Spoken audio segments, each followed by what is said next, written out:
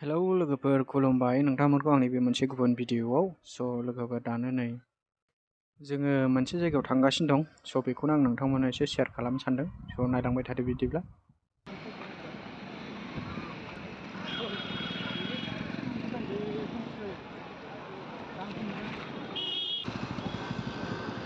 बोरै जाखोब्रा सान्दुङालाय नायदोलाय लोगोफोर तामिलनाडुनि बाजारखौहाय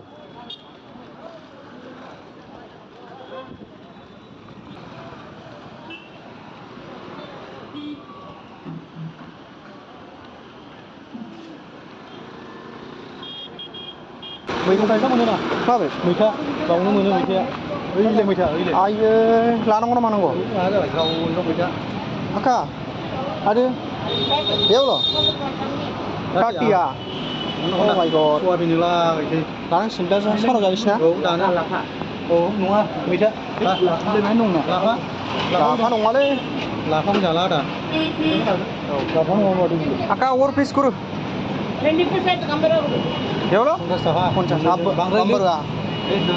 जास्ट यार ayo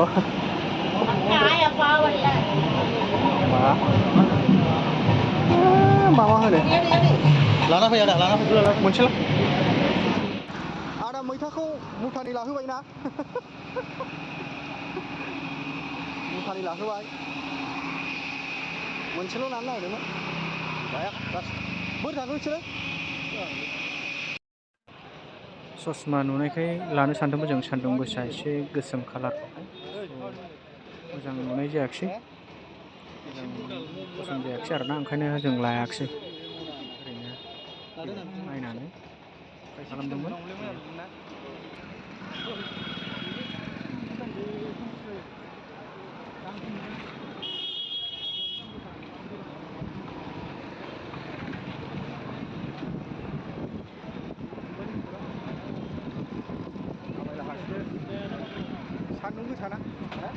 सान्दुं गोसाना सिनायनो नागिरा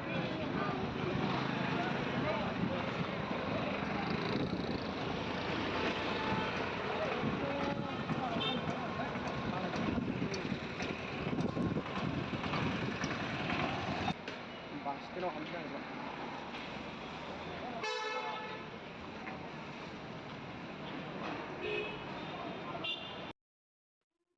जोङो बे बाजारनिफ्राय बास गाखोफिनबाय ओमफ्राय जों दा मोनसे गुबुन बाजारावहाय थांफिनबावसिगोन आरो बहाय माने जों नांगौखौ मोनजोबाखिसै बेनिखायनो जों बेनिफ्राय दस्रायाव थांफिनसिगोन आरो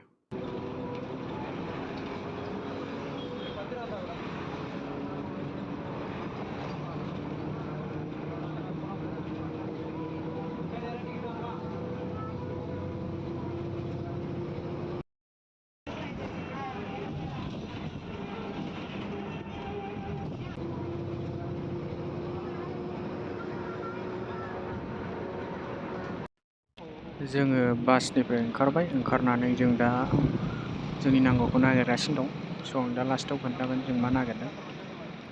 नायलांबाय थादो लोगोफोर आरो जायफोरनाखि गोदानै आंनि चेनेलखौ नायदों आंनि भिडिअखौ नायदों अननानै एसे मा होनो लाइक कमेन्ट खालामना गालां नायलांबाय थादो बिदिब्ला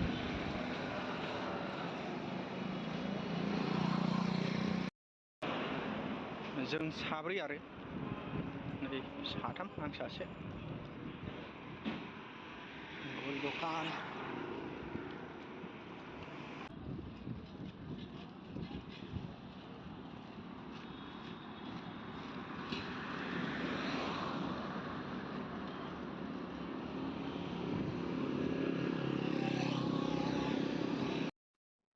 फाइनालि लोगोफोर जोङो जेखौ नागिरदों बेखौ मोनफैबाय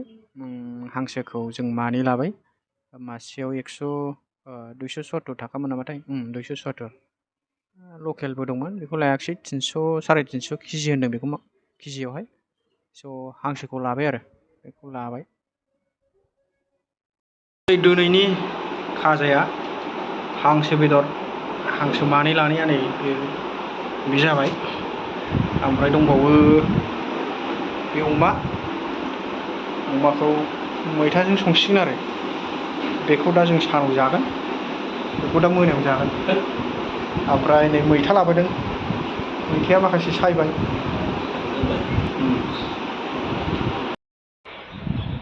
जोङो माने रुमाव सफैबाय, रुमाव सफैनानै दा संसै खावसै जानोसै, एसे टाइमा लेट जाबाय दिनै। स' थेंक इउ बयनिसिमबो भिडिअखौ नायनायनि थाखाय, आरो जायफोरनाखि गोदानै नायदों माने सिगांनि बे पावार एसटिभि ब्लगखौहाय साबसक्राइब खालामदो आरो ना, लाइक खालाम, कमेन्ट खालाम। स' थेंक इउ बयनिसिमबो।